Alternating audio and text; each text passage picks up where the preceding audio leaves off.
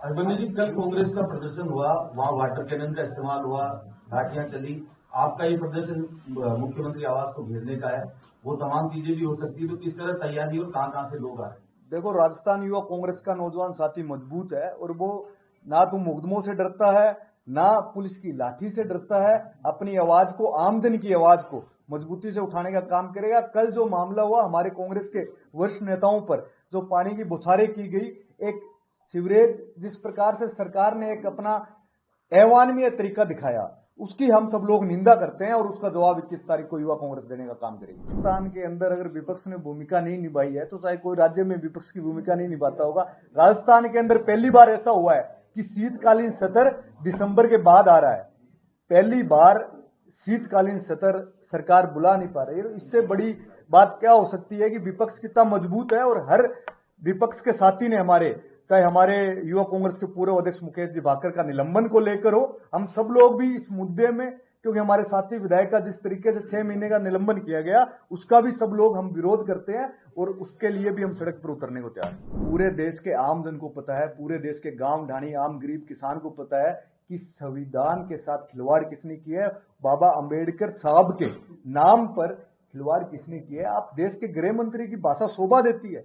हमारे राष्ट्रीय अध्यक्ष सम्माननीय है, एससी वर्ग से आते हैं और एक ऐसे पिछड़े वर्ग से आते हैं, कांग्रेस ने के ब्लॉक अध्यक्ष से लेकर राष्ट्रीय अध्यक्ष तक बने हैं। तो इसमें उनकी जो कार्यशैली है उस पर किसी का सवाल उठाना, हम उसकी कड़ी निंदा करते हैं और गृह मंत्री जी को और राज्य सरकार को हम जवाब देने का काम 21 तारीख को करेंगे। देखो, मैं मेरे जिले की बात करूं, मेरे जिले के अंदर वो नेता सट्टा और जुआ का व्यापार कर रहे हैं जो भाजपा के नेता रहे हैं, भाजपा प्रत्याशी रहे हैं, कोई पूर्व जिलाध्यक्ष रहे। ऐसी परिस्थितियां जिलों के अंदर बन चुकी है।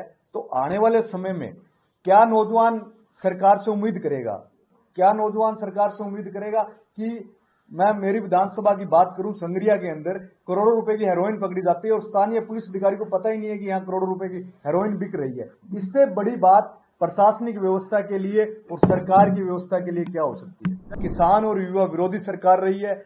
जिस मुद्दों के साथ, जिस घोषणाओं के साथ नई सेगा राजस्थान आए थे, आज सब कुछ सह रहे हैं। सेगा राजस्थान बन चुका है। आप देख सकते हो कि 1 साल के अंदर भाजपा ने कोई आम जन, युवा और किसान के लिए कोई काम नहीं किया है। आप अपने दिल्ली को खुश करने के लिए, चाहे उन्होंने बड़े राइजिंग राजस्थान कार्यक्रम हो, प्रायोजित कार्यक्रम करवाए हैं, ना कि नशे का अभियान। आज मैं कह रहा हूं, प्रशासनिक व्यवस्था, जिला कलेक्टर प्राइवेट कॉलेजों और स्कूलों में जाकर नशा बंद करवाना चाहते हैं।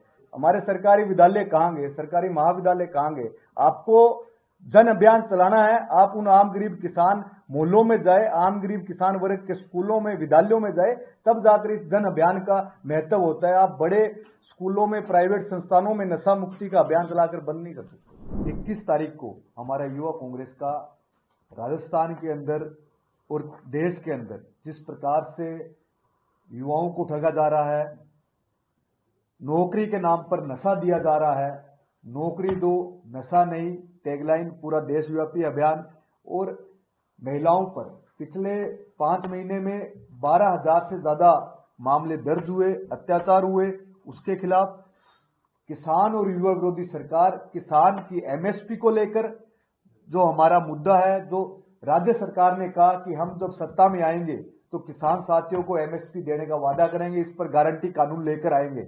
लेकिन 1 साल सरकार को हो गया, केंद्र को 6 महीने से ऊपर हो गया, अभी तक किसान के नाम पर कोई इन्होंने बात नहीं की, नौजवान के नाम पर बात नहीं की, राइजिंग राजस्थान की बातें करते हैं। और जिस प्रकार से बाबा अंबेडकर साहब के लिए सदन में देश के गृह मंत्री के द्वारा बोला जाना कि वो भगवान है क्या? आम गरीब किसान के लिए बाबा अंबेडकर साहब भगवान से कम नहीं है, ईश्वर से कम नहीं है। उन्होंने संविधान में उनको जो रक्षा के लिए जो कानून बनाए हैं, वो आम गरीब की आज भी रक्षा करते हैं देश के अंदर।